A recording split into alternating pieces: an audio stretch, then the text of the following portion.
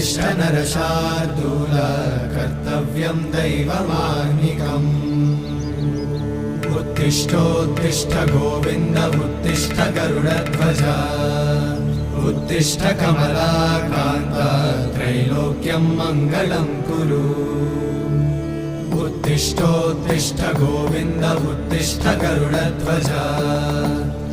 उत्तिष्ठ कमलाकान्त त्रैलोक्यं मङ्गलं कुरु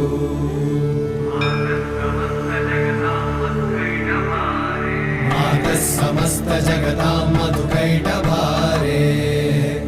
वक्षो विहारिणि मनोहर दिव्यमूर्ते श्रीस्वामि निःश्रित जनप्रिय दानशीले श्रीवेङ्कटेश दयिते तव सुप्रभातम् तव सुप्रभातमरविन्दलोचने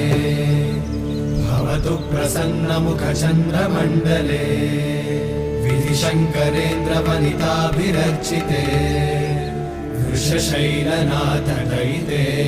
दयानिधे अत्यादि सप्तऋषयः समुपास्य सन्ध्या